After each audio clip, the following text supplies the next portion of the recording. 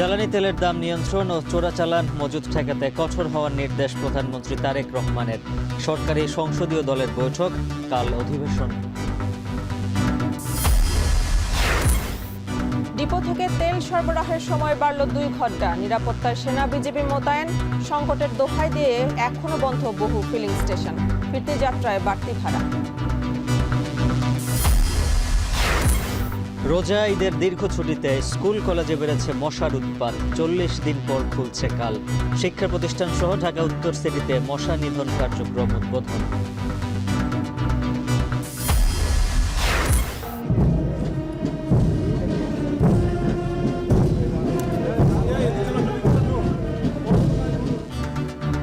সারদায় 72 এএসপির সমাপনী কুচকাওয়াজ। কোনো দলের লাঠিয়াল হবে না পুলিশ। মন্তব্য স্বরাষ্ট্রমন্ত্রীর। আগের কোনো একটি পোশাকে ফেরানো নিয়ে আলোচনা।